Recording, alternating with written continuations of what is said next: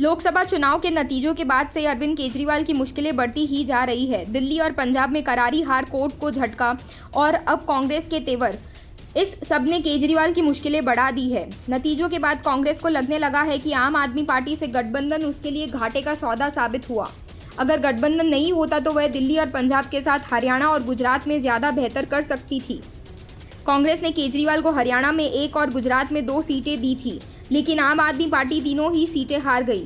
माना जा रहा है कि कांग्रेस इंडी गठबंधन से केजरीवाल को जल्द ही निकाल बाहर करेगी, लेकिन कांग्रेस ऐसा करती उसके पहले आम आदमी पार्टी ने ऐलान कर दिया कि कांग्रेस के साथ वो इंडिया गठबंधन आगे जारी नहीं रखेगी। विधानसभा चुनाव में वह अकेले चुनाव लड़ेगी। बात दिल्ली की करें तो यहाँ आप और कांग्रेस पार्टी ने गठबंधन में लड़ी थी। इसके बावजूद दिल्ली की 7 सीटों में से 2 पार्टियों को किसी भी सीट पर जीत हासिल नहीं हो सकी। सभी 7 सीटों पर एक बार फिर से बीजेपी ने अपना परचम लहराया। इस बीच दिल्ली कांग्रेस के अंतरिम प्रमुख देवेंद्र यादव ने कहा कि हम कुछ जमीनी नेताओं के साथ बैठक कर रहे हैं, जिसके बाद हम आगे का रास्ता तय करेंगे। और कन्हैया कुमार का दिल्ली से बाहर का होना नतीजों पर असर पड़ा।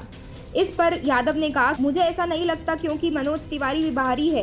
कन्हैया ने अपनी ड्यूटी बखूबी निभाई, लेकिन उनके पास बहुत कम समय था और उन्हें बहुत ज़्यादा जगह कवर करनी थी। दूसरी समस्याएं भी थी कि दूसरे पक्ष ने हमारे कार्यकर्ताओं को प्रभावित करने, हमारे नेताओं को लुभाने और मतदान के दिन लंबी कतारें लगाकर मतदाताओं को प्रभावित करने की कोशिश की।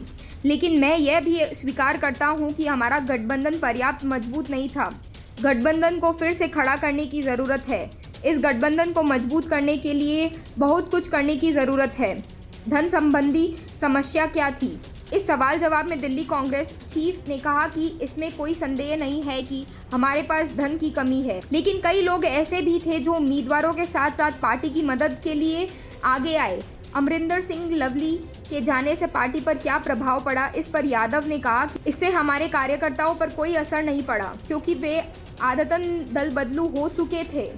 वे अपने साथ कुछ और आदतन दल बदलुओं को ले जाने के अलावा कुछ खास बदलाव नहीं कर सकते थे।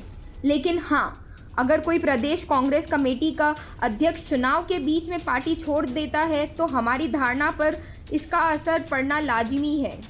पीछे मुड़कर देखें तो क्या अलग ढंग से किया जाना चाहिए था? इस सवाल के जवाब में उन्होंने कहा कि गठबंधन को मजबूत करने के साथ साथ सामाजिक समूहों से जुड़ना भी ज़रूरी था।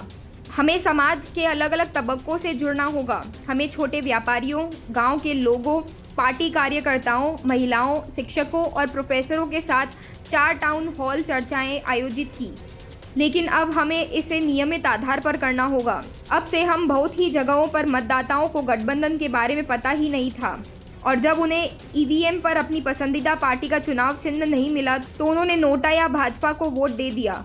ऐसा क्यों हुआ? इस पर यादव ने कहा कि अभी इन मुद्दों पर टिप्पणी करना जल्दबाजी होगा, लेकिन कहीं ना कहीं हमारी कमी जरूर रही। हम इन चीज़ों को बेहतर ढंग से समझने के लिए बैठक करेंगे।